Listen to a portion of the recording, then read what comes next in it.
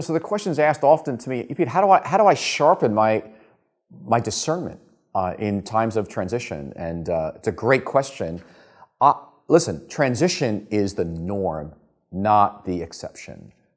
Life is one big series of transitions. In fact, Jerry and I were just talking about the other day how it seems like transitions for us are accelerating as we grow older, not getting less. Everything from our children, who are now young adults in their 20s and early 30s, and transitions with grandchildren, and their lives and our relationship with them going through transitions in our even our marriage as we're getting older and our needs change, and transitions in our church here at New Life Fellowship and our role and where God has us, transitions at Discipleship as it continues to grow and blossom. We're just in constant transitions. And so the issue of how do I discern God? So number one is when Jesus says in Matthew 17, in the Mount of Transfiguration, if you remember, he appears in all of his glory before Peter, James, and John, and they want to build booths, and they got plans and projects. And the Father speaks from heaven and says, "This is my beloved Son. Listen to him."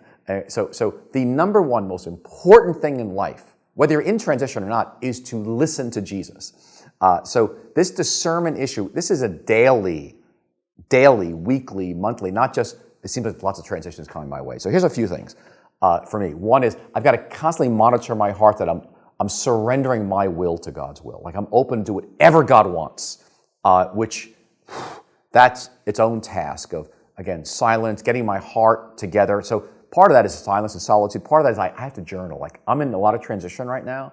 I'm doing a lot of journaling. I'm also having larger chunks of time with God to listen to how he's coming to me, especially through my consolations and desolations, what's going on in my interior as I'm interacting with people, as I'm listening, my grief, my loss. And so I'm having more time in silence and stillness. I'm also listening to life. God comes disguised as life to us. And I'm listening to even people around me as I'm in different meetings because I realize I'm in a transition. So I'm just listening to, God, how are you speaking through this person? How are you speaking through this conversation with this pastor whose life is crumbling right now?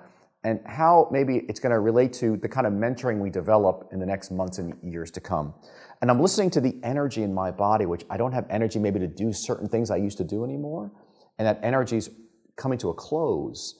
But I have great energy for these new things over here, so I'm listening to that energy.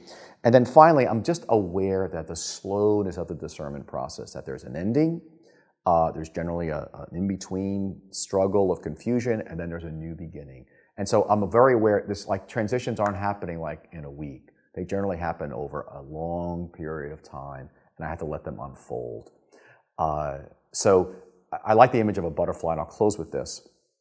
Certain butterflies will fly from Canada all the way down to Mexico. And it takes 4 butterflies to actually get there. In other words, the first butterfly flies to a certain point, actually lays his egg, or her egg, and dies. And then the child somehow knows to pick it up and takes it, next phase, and they die. And actually it could be 3 or 4 different butterfly lives to get to their destination. And I just had to realize my life, and part of transition is you realize you're to carry something to a certain point. And then God's saying, it's time for you to let it go. And someone else is going to pick it up because I've got something else for you here. And just embracing that is so freeing to sharpen your discernment in your transitions.